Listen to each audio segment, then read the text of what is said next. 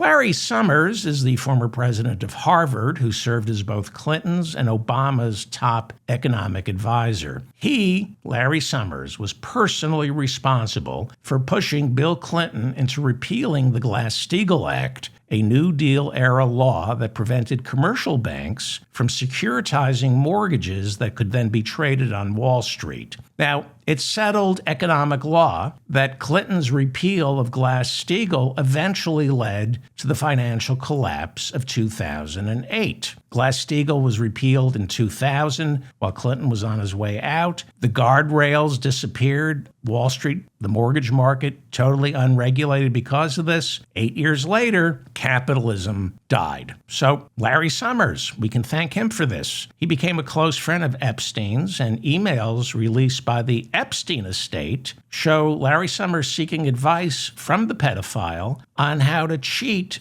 on his own wife, who Larry Summers is still married to. Summers, after those emails were released about a month ago, he immediately stepped away from public life, but he refuses to say he did anything illegal and insists he was unaware of Jeffrey Epstein's crimes. Well, you became friends with him after he was convicted in Palm Beach. The Harvard Crimson reporting that newly released FBI files from the Epstein files show that in 2014, a draft of Jeffrey Epstein's will shows Larry Summers to be the executor. According to the files, Epstein would often name an executor and then replace them. According to the files, a total of 8 people at one time were named an executor of Epstein's estate, like a drummer for Spinal Tap. But Larry Summers at one time was listed as the executor for Jeffrey Epstein's multi-million-dollar estate.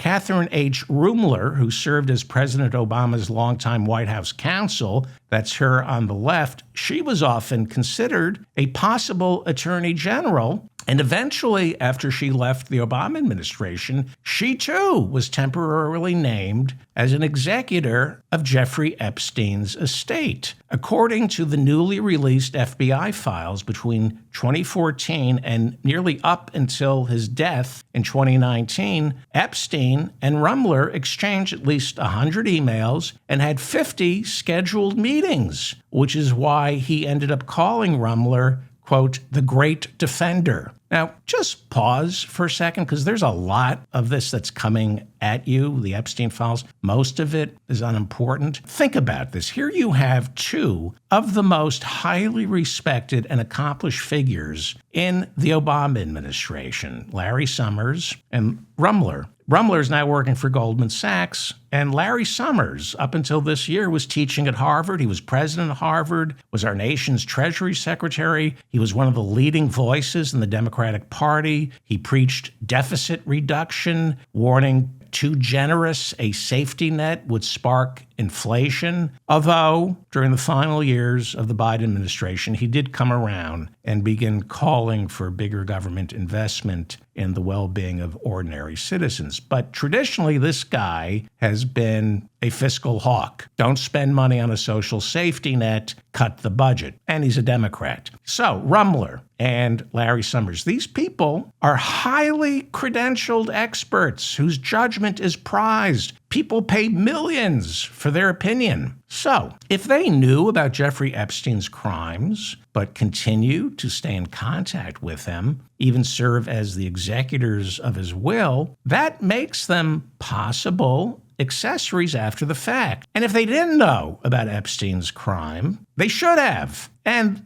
their not knowing calls their entire judgment on everything into question. If they didn't know about Epstein, if they didn't know what was going on right in front of their nose, what else don't they know? Maybe they don't know that repealing Glass-Steagall is a good idea. Again, Larry Summers was positive that deregulating the banks, repealing Glass-Steagall, would be the best thing to happen to our economy. Again, there's no question that removing the Glass-Steagall guardrails set the stage for the financial collapse of 2008, when capitalism literally died and had to be rescued with your money, with taxpayer money. He served as Obama's director of the White House National Economic Council and was considered the top advisor to President Obama at the height of the Great Recession. You want to know why not a single banker who crashed the economy was prosecuted by the Obama Justice Department? Because Obama's top advisors were the people who crashed the economy. You want to know why Epstein was never prosecuted? He was a banker. We don't prosecute bankers in this country.